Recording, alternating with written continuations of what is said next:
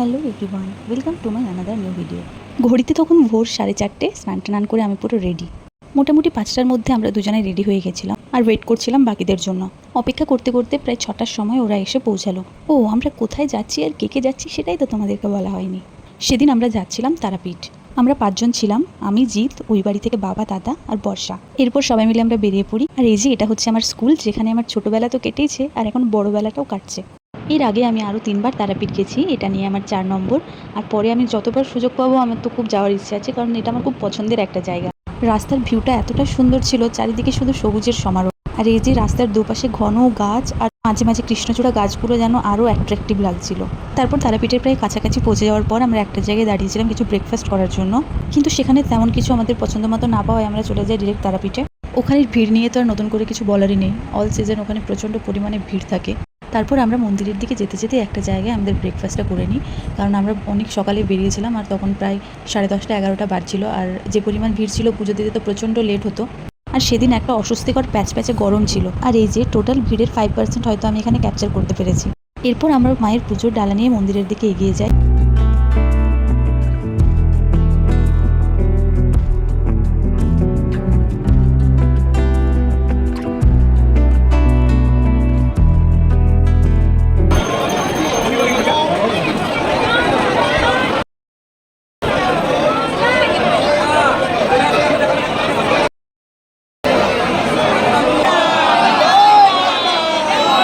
মায়ের এই মুখটার মধ্যে আলাদাই একটা মায়া আছে। আমি যতটা পারলাম তোমাদেরকে দেখানোরও চেষ্টা করলাম, তোমরাও মায়ের দর্শন করে নাও।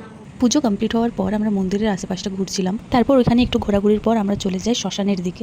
তোমরা যারা গেছো তারা তো জানবেই তারাপীঠের শ্মশানটা কতটা ভয়ঙ্কর। আর আমরা তো তাও দিনের বেলা গেছিলাম, রাতের বেলায় শ্মশানে গেলে অন্যরকমই একটা ছমছমে পরিবেশ ওইখানটা। আমরা যে সময় শ্মশানে গেছিলাম তখনও নানা রকম যজ্ঞ পুজো ওইখানে চলছিল।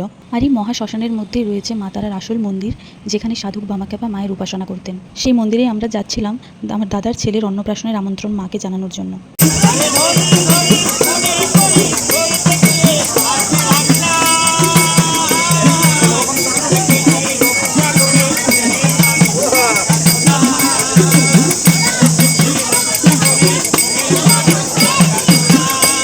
এই যে এটা হচ্ছে মা তারার আসল মন্দির, যেখানে মায়ের চরণ যুগল আছে।